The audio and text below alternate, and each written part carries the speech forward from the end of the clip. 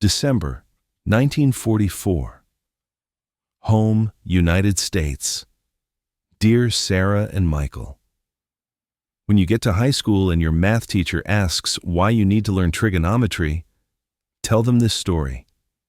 November 1944. I was a tail gunner on a B-17 bomber called Lucky Strike, 23 years old, defending American aircraft and American crews over Germany. We got attacked by 12 enemy fighters. I looked at my ammunition counter, 50 bullets remaining. Equipment malfunction had cost me the rest. 50 bullets, 12 attackers, 10 crew members depending on me to keep those fighters away from our aircraft. I could have panicked, fired wildly, run out of ammunition in 30 seconds, and hoped for the best. Instead, I used trigonometry. Every fighter attack has geometry. Enemy aircraft approaching at 400 miles per hour. My aircraft traveling 180 miles per hour. Different directions, different altitudes. The bullet I fire has to meet the enemy aircraft at a point in space 3 seconds from now. That's deflection shooting. That's mathematics, angles, velocities, lead time. Your teacher will call it vector calculation. I called it survival. I calculated every shot, watched enemy fighters approach, measured angles, estimated speed, waited for the perfect moment, fired one careful burst, 49 bullets fired, 7 enemy fighters shot down, 10 American lives saved, including mine, because I knew math, because American schools taught me trigonometry, because I practiced until calculation became instinct. That's why you learn mathematics, kids, not for tests. For the day it might save your life or someone else's. Let me tell you the whole story from the beginning, so you understand how we got there and why every single thing you're learning in school right now matters. I joined the Army Air Force in 1942, 18 years old, fresh out of high school in Pennsylvania. Your grandparents, my parents, thought I was crazy. Bob, you could get a factory job, war production, safe, good pay. But I wanted to serve, wanted to be part of something bigger than myself, wanted to defend America and everything we stand for. They sent me to gunnery school, Tyndall Field, Florida. 6 months of training. I thought it would be, here's a gun, pointed at enemy aircraft, pull the trigger. It wasn't. First 3 weeks, mathematics, pure mathematics, trigonometry, vector calculation, relative velocity, angular deflection, physics of projectile motion, ballistics tables, wind compensation formulas. I was frustrated. Instructors, when do we get to shoot? Sergeant Johnson, you'll shoot when you understand the mathematics. A gunner who doesn't understand deflection shooting is just wasting ammunition. We don't waste ammunition. We're Americans. We make every shot count. That phrase stuck with me. Make every shot count. Let me explain deflection shooting, kids. Because this is the mathematics that saved my life. When you shoot at a moving target from a moving platform, you can't aim directly at the target.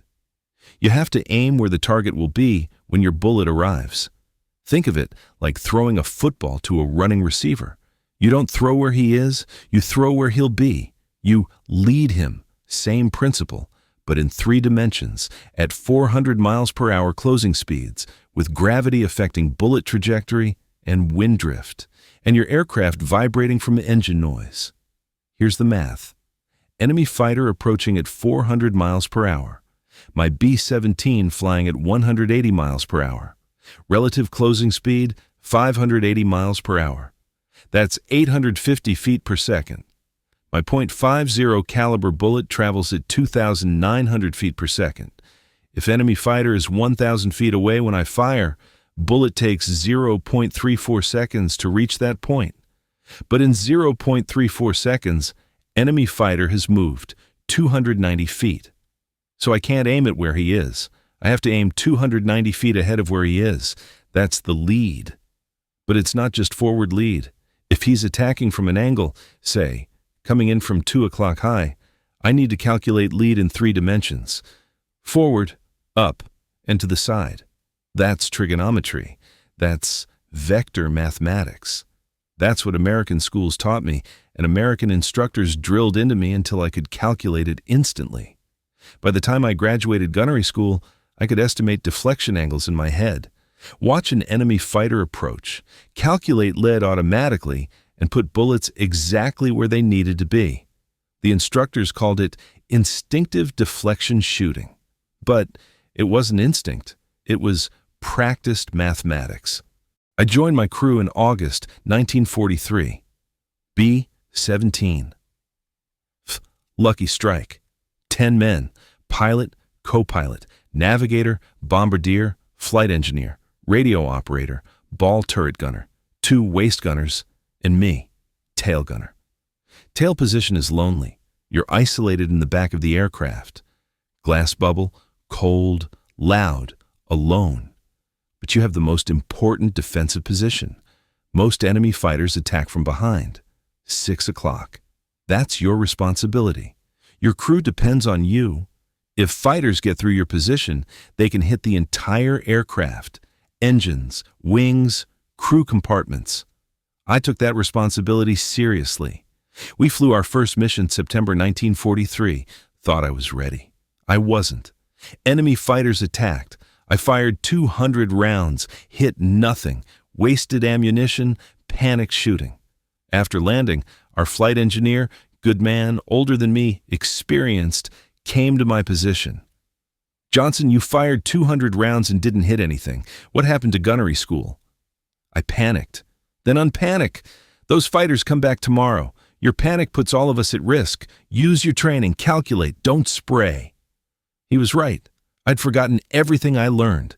Let fear override training. Next mission, I forced myself. Breathe, calculate, lead properly, controlled bursts, fired 70 rounds, 2 enemy fighters damaged, both broke off attacks. Flight engineer, better, you're learning, keep learning. Over the next year, I flew 28 missions, got better every time, learned to read enemy fighter tactics, learned to anticipate approaches, learned to maximize ammunition efficiency.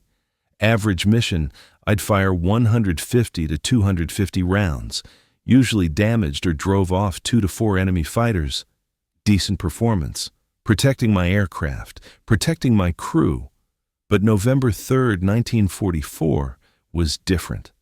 That was the day everything I'd learned got tested, the day I had to be perfect, because there was no room for error. November 3rd, 1944. Mission: strategic target deep in Germany. I can't tell you exactly where, still classified, but it was far. 6 hours round trip. Heavy defenses expected. We took off at 0600 hours. Clear cold morning.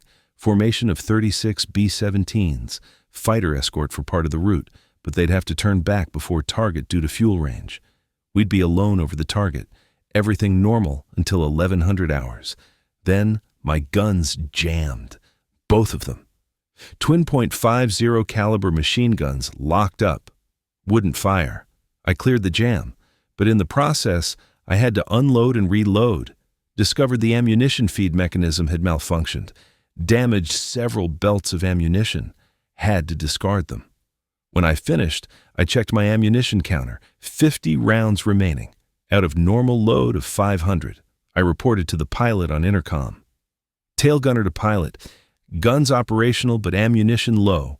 50 rounds only. Pilot, Tom Patterson, best friend, best pilot I ever flew with, responded, "Can you still defend if we're attacked?" "Affirmative, but I'll need to be selective."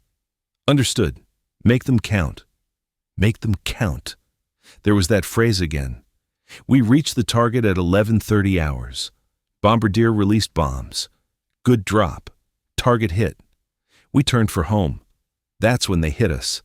12 enemy fighters. Focke-Wulf 190s and Messerschmitt 109s. Mixed formation, coordinated attack. Our bomber formation had scattered during the bomb run, normal procedure to avoid anti-aircraft fire. We were separated from the group, isolated, perfect target. Fighters split into attack groups. Some went for our engines, some for the cockpit. 3 came straight for my position. 6 o'clock, direct tail attack. I keyed the intercom. Tail gunner. 3 fighters, 6 o'clock, 1,200 yards, closing fast. Pilot. Can you handle them? I looked at my ammunition counter. 50 rounds, 3 fighters, then 9 more after that, 12 total. Normal response. Fire 200 plus rounds, spray the sky. Hope quantity beats quality. I didn't have that luxury. Affirmative, engaging. First fighter, Focke-Wulf 190, approaching at 400 plus miles per hour. Cannons firing, I could see his muzzle flashes. Range, 800 yards, closing fast.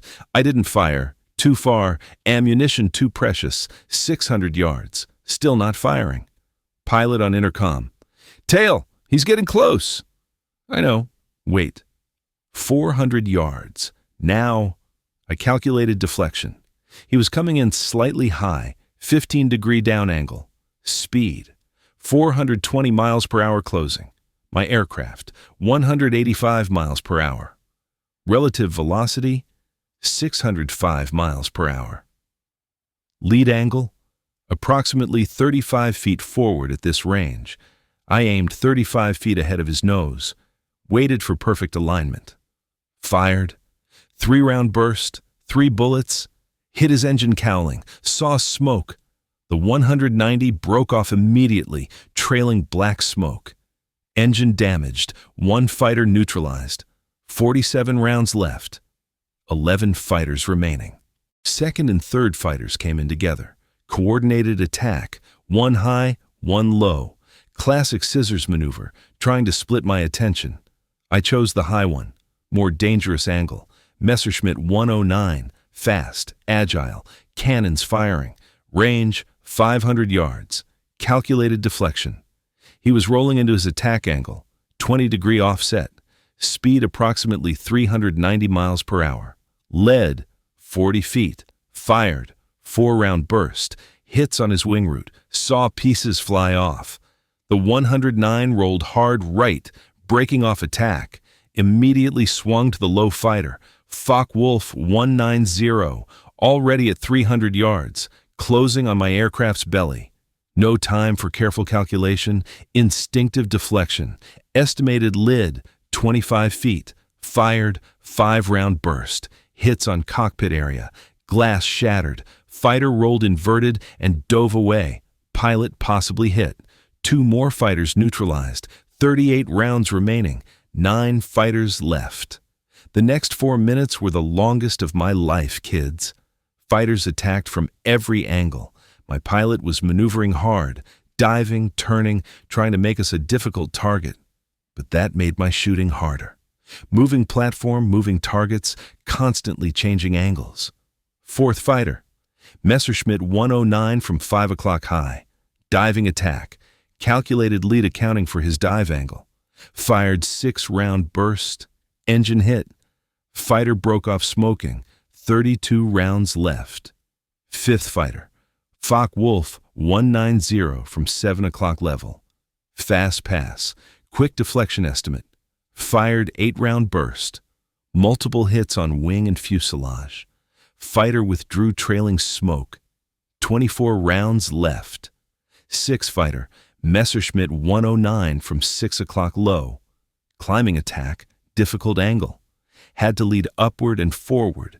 Fired 10-round burst. Hits on tail section. Fighter's elevator damaged. Aircraft unstable, broke off. 14 rounds left.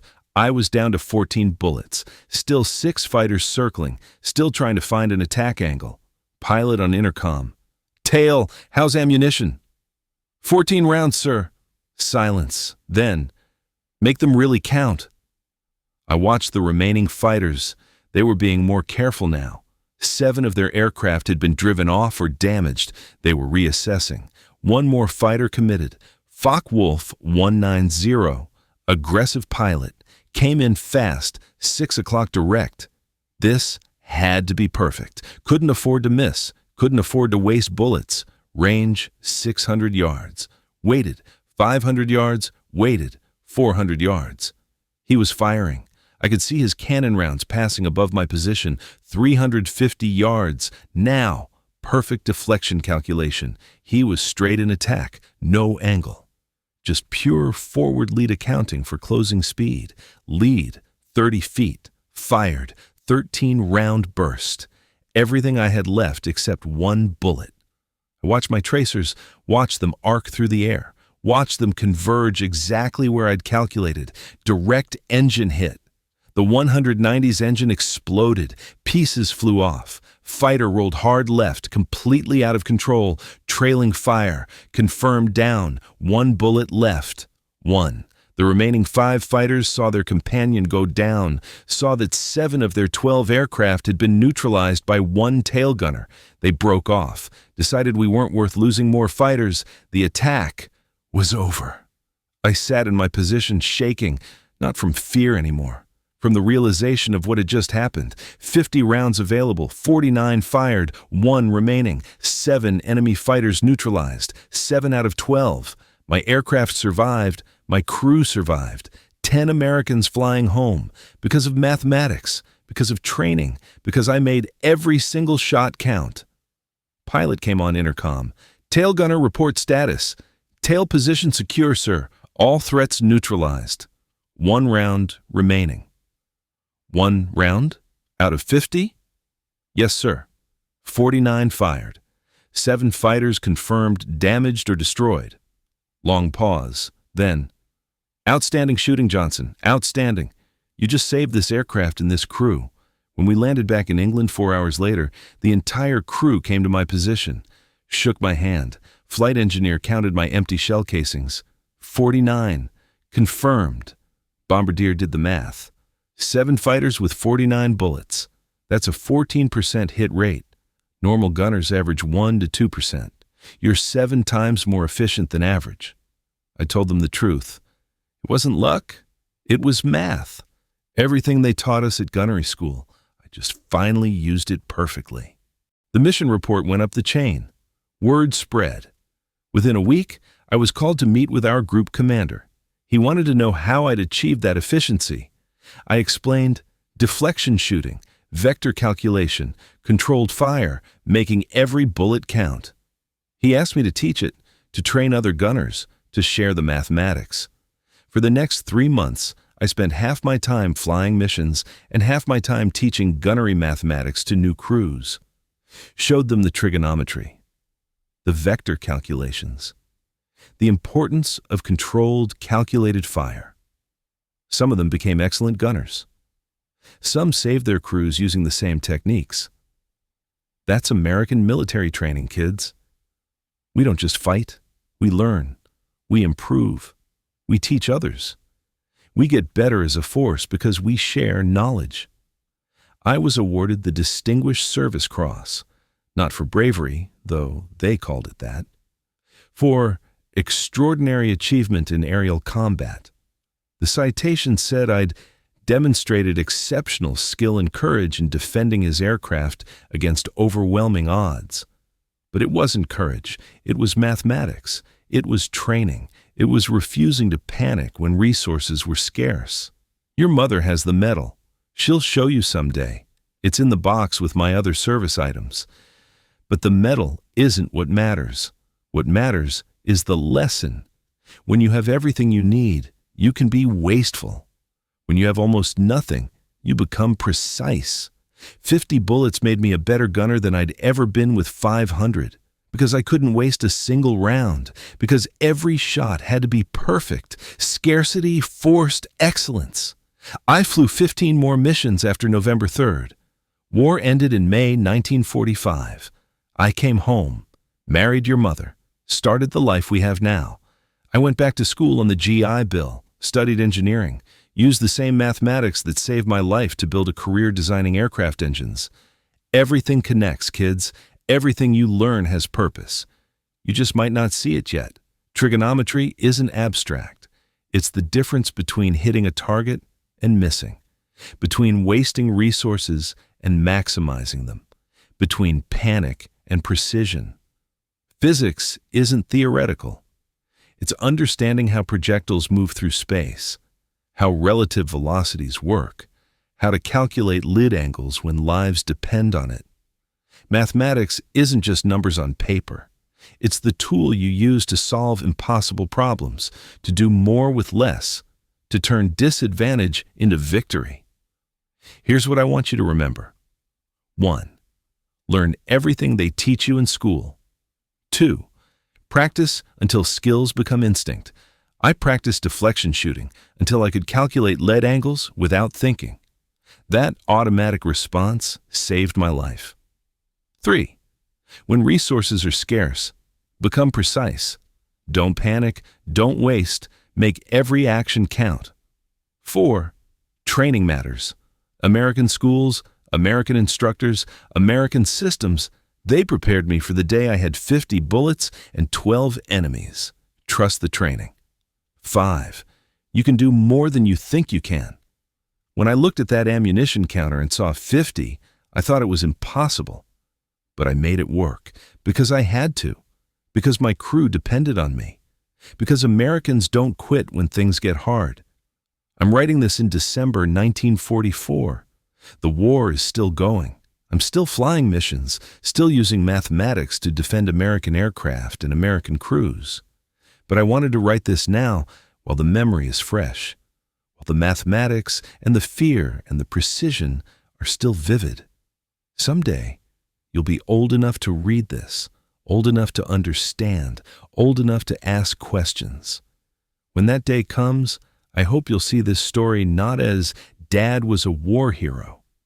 I wasn't, I was just a gunner doing his job, but as Dad showed me why education matters. Because it does, kids.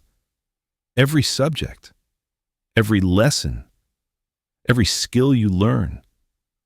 Your math teacher isn't just teaching you trigonometry. She's teaching you how to solve problems under pressure, how to calculate when calculation matters, how to turn knowledge into action. Your science teacher isn't just teaching you physics. He's teaching you how the world works, how to predict outcomes, how to understand forces and motion and energy. Your English teacher isn't just teaching you writing. She's teaching you how to communicate clearly, how to explain complex ideas, how to teach others what you know. All of it matters. All of it has purpose. You just have to be ready for the day when purpose reveals itself. For me, that day was November 3rd, 1944. 25,000 feet over Germany, 12 enemy fighters, 50 bullets, 10 crew members depending on me. Everything I'd learned in school, everything I'd learned in training, came together in 8 minutes of perfect calculation. And we all came home. That's what education does. It prepares you for the impossible, for the day when you have to be perfect, for the moment when everything you've learned becomes the difference between success and failure. Study hard, kids. Pay attention in math class. Listen to your science teacher. Practice your skills until they become automatic. Because someday, maybe not in combat, maybe in some other crisis, you'll need them. You'll face an impossible situation with limited resources and people depending on you. And in that moment, you'll remember. Your father had 50 bullets and 12 enemies. And he made it work. Because he knew mathematics. Because America taught him well. Because he practiced until he could calculate under fire. You can do the same. Whatever challenges you face, whatever resources you lack, whatever problems seem impossible, you have everything you need. You're Americans. You're educated. You're trained. You're capable of more than you know. Just don't waste your ammunition. Make every shot count. I love you both. Study hard. Make me proud. Your father, Staff Sergeant Robert Bob Johnson. Tail Gunner, B-17, Lucky Strike, 381 Bombardment Group, United States Army Air Force, PS. Sarah, when you get to trigonometry class, tell your teacher about the deflection shooting problem. Fighter at 400 miles per hour, bomber at 180 miles per hour, bullet at 2,900 feet per second, range 1,000 feet. Calculate required lead angle. She'll be impressed you already know why it matters. P.P.S. Michael, when you get frustrated with math homework, remember, your dad used that same math to save 10 lives at 25,000 feet while enemy fighters shot at him. If he could calculate trigonometry under those conditions, you can calculate it at a quiet desk at home. No excuses. Subscribe for more untold stories where American education and training turned ordinary people into extraordinary performers, where mathematics wasn't abstract theory, but practical survival, where preparation met opportunity and saved lives. This is what American schools build.